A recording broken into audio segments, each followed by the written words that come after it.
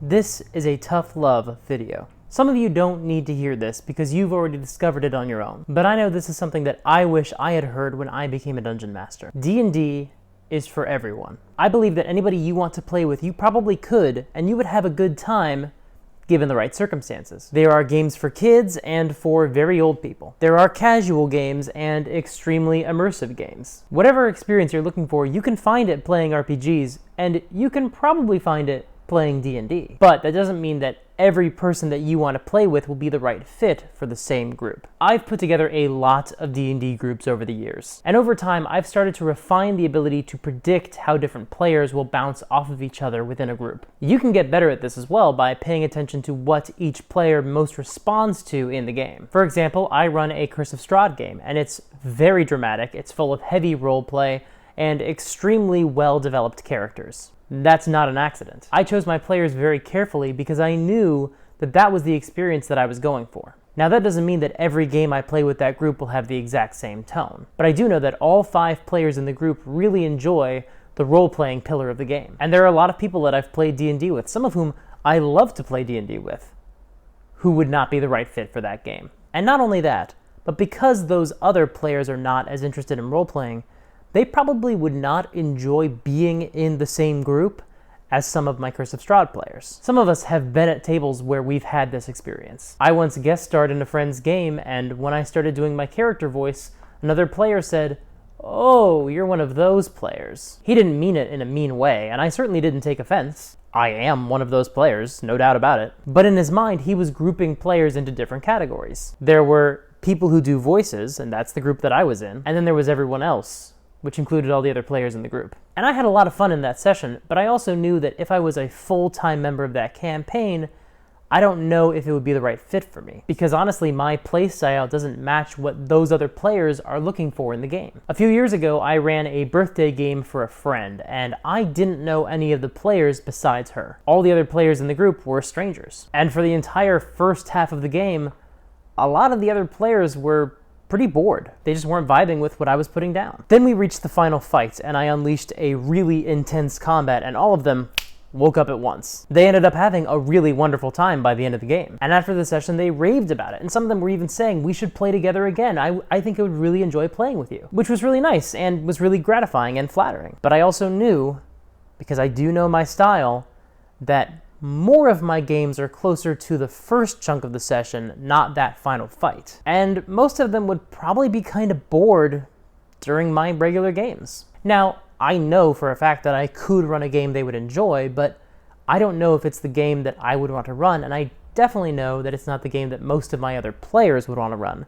Because again, my specific style really leans more into the role-playing than the combat. My final example came about during the pandemic when I started to run a West Marches style game. For those unfamiliar, a West Marches game has a lot of players, not all of whom are at every session. They rotate in and out depending on what adventure they want to go on. They can either choose from a list of adventures that I provide, or they can generate their own based on things that have happened in the game, and plot threads they might want to follow up on. And I did borrow some advice from Matt Colville's video about West Marches games. Specifically, I instituted a rule that you could not play with the same player more than 2 games in a row. Thankfully, we had enough players that was possible. But the goal behind this was to keep cliques from forming and keep it from just becoming 3 or 4 different ongoing campaigns, which, of course, is exactly what started to happen. Players would go on an adventure together, and then they would all want to go and follow up on other things that had developed from that session, so they all would start to follow those threads, which basically just meant each of them were becoming their own campaign. And the ones who didn't care about those specific plot hooks were usually interested in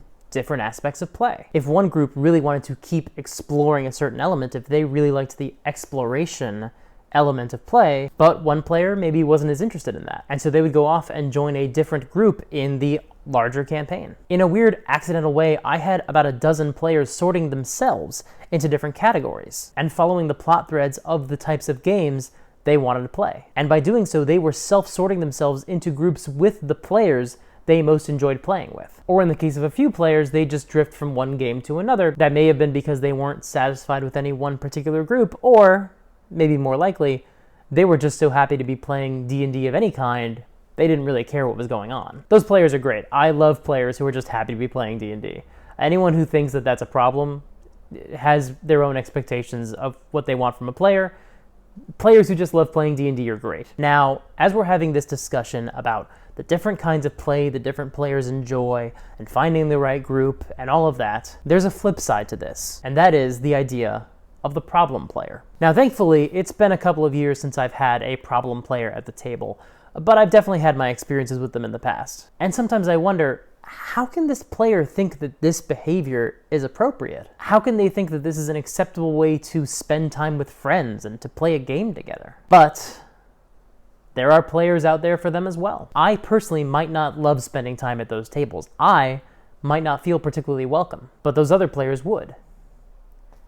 And that's the point. We're going to do other videos about how to reward players, how to get them invested in your game, and how to handle issues when they arise. There will be lots of other advice about making your table as safe and welcoming as possible to all kinds of players. And there will be videos where the main advice is to improve your communication. And all of these things can really help when you have a problem player or someone who doesn't seem to be vibing with the rest of the group. But I wanted to make this video first, because I think this is something that too many D&D players take for granted, and every once in a while, we need to hear it. So many of us, especially on the Dungeon Master side, assume that we are playing D&D the right way because we're playing D&D in the way that makes the most sense to us. And it's easy to see other players in action and scratch our heads or get annoyed. And we think, well, something has to be done. Either I have to change or they have to change. Maybe. We will talk about that another time. We will probably do multiple videos where that is the solution. But before we get to those, I do want you to keep this video in the back of your mind. There are a lot of ways to solve a lot of problems at the D&D table so you can keep playing with your friends. But this video is the break glass in case of emergency, when all else fails go back to this. Not every player is right for every group. Not every person will be the right fit for every table at the same time. Sometimes it's just about getting the alchemy of your players right, and when you didn't happen to do that, you might have a player who's not having a good time, and no matter what you try, they're not going to. It doesn't mean you never have to play with them again. It doesn't mean they can't even play with some of the people they're playing with. But getting a combination of players right is tricky. And sometimes, not every time, but sometimes, the solution is that they are not the right person for this group and you have to find a new group for them, or they have to go and find a new group for themselves. Thank you so much for watching. I promise that I will have other videos that have a little bit more actionable and optimistic advice in them. It's just that sometimes I see this as something that people are trying to work around and avoid because there has to be a right answer to make everyone play well together. And we will talk about many ways you can try to do that. But this is something that we should talk about in advance to lay the groundwork. This is basically the safety net. We're going to try some other tricks and stunts, but if those don't go the way we hope they will, we can land on this. And I really do hope this helps someone out there. I don't mean for it to be negative. I mean it to be constructive in a, tough love kind of way, I guess. If you like this video and you want to see more like it, especially videos where we can actually work through scenarios and potential problems that players have, you can subscribe, hit the like button, and hit the bell, and do all the YouTube things that people do when they're on YouTube. Also, you may want to hang out in between these videos, so I have launched a Discord server. The link for that is in the doobly-doo below. Come check it out. It is a ton of fun. Thank you so much for watching, and until next time, play fair and have fun.